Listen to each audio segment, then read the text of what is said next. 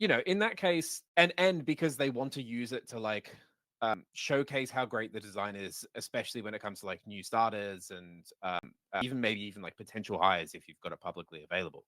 And so I know that this is something that like Wise actually, so they wanted a usable site for their design system, but they actually, one of the primary use cases for the Wise design system site, I believe it's wise.design, um, was as a hiring tool. It was to show how great they were as a design organization.